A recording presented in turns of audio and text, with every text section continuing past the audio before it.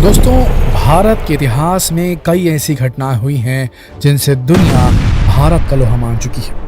लेकिन अब भारत ने वर्तमान में कुछ ऐसा कर दिखाया है कि आने वाले फ्यूचर के लिए वो इतिहास रचने जैसा है।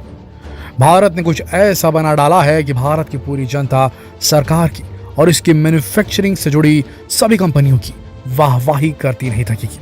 अरे नहीं भाई, हम कोई प्रधानमंत्री नरेंद्र मोदी जी के कारनामों का बखान नहीं करने वाले, लेकिन इस बार भारत सरकार जापान की टेक्नोलॉजी के साथ मिलकर जिस चीज में पैसा लगा रही है, यकीन मानिए वो भारत ही नहीं पूरे विश्व के लिए फायदेमंद होगा। इस समय विश्व एक ऐसे दौर से गुजर रहा है जिसमें दिन प्रतिदिन पर्यावरण संरक्षण को लेकर चर्चा करना सबसे बड़ी जरूरत बन गई है।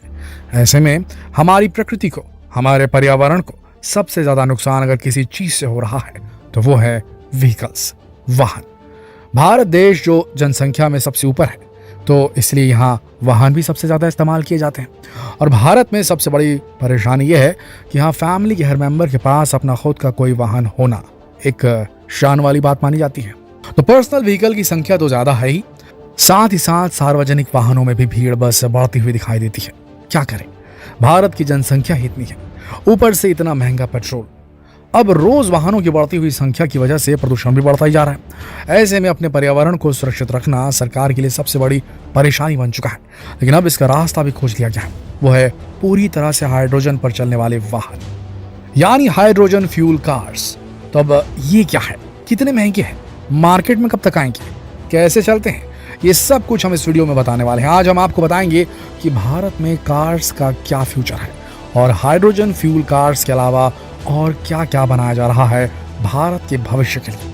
दोस्तों, भारत के सड़क परिवहन और राजमार्ग मंत्री नितिन गडकरी हमेशा से ही भारत के नागरिकों को ज्यादा से ज्यादा सुविधाएं कम लागत में देने के लिए कई कदम उठाते नजर आते हैं। लेकिन इस बार उन्होंने हाइड्रोजन फ्यूल कार्स को इंट्रोड्यूस करके सभी को चौंका दिया।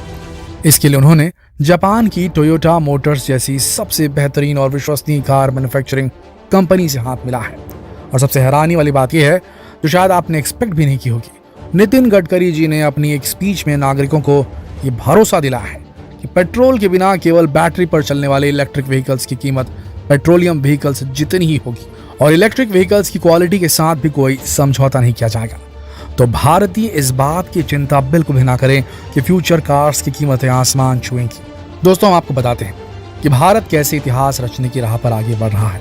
दरअसल नितिन गडकरी जी ने ही अपनी स्पीच में जानकारी दी है कि भारत सरकार द्वारा 3000 करोड़ रुपए का मिशन शुरू कर दिया गया है, जिसके चलते जल्द ही भारत हाइड्रोजन का निर्यात करने वाला देश बन जाएगा।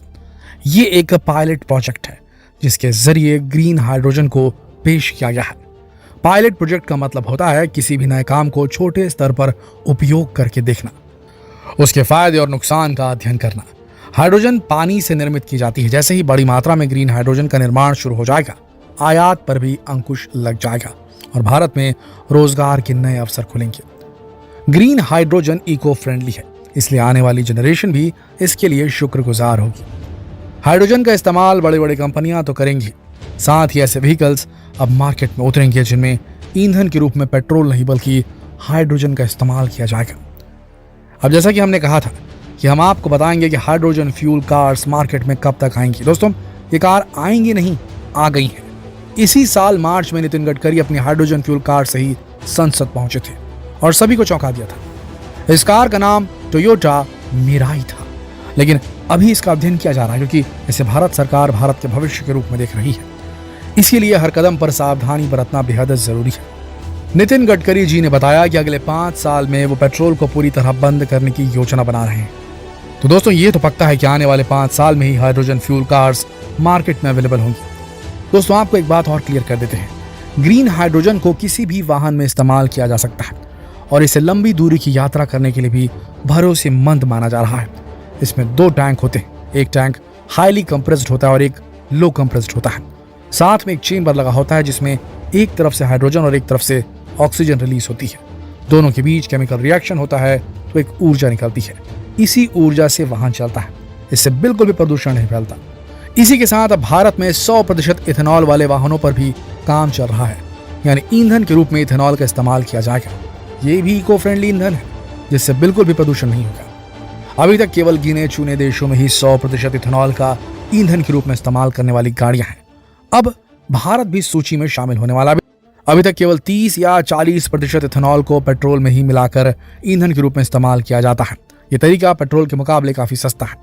दोस्तों, नितिन गडकरी जी ने बताया कि उन्होंने बड़ी बड़ी कार कंपनियों से ये कह दिया है कि अगर वो इको फ्रेंडली ईंधन पर चलने वाली कार पर बनाने में, वैसी कार बनाने में पूरी लगन से काम करे तो ही वो गडकरी जी के पास किसी काम के लिए आए, नहीं तो वरना वो भी उनके किसी काम में उनकी सहायता नहीं करेंगे। नितिन गडकरी अब अपने हर भाषण में जनता को संदेश देते हैं कि वो भारत के भविष्य की टेक्नोलॉजी के लिए तैयार है, इस बदलाव के लिए तैयार है। वो भारत में जल्द से जल्द पेट्रोल का ईंधन के रूप में इस्तेमाल बंद कर देना चाहते हैं। दोस्तों, अगर आने वाले 2 से 3 साल में भारत की सड़कों पर ग्रीन हाइड्रोजन फ्यूल कार दौड़ने लगी तो ये भारत के लिए बड़ा ही गर्व की बात होगी। ये भारत की पहली हाइड्रोजन फ्यूल कार है। अब जल्द ही भारत की सड़कें प्रदूषण मुक्त होंगी।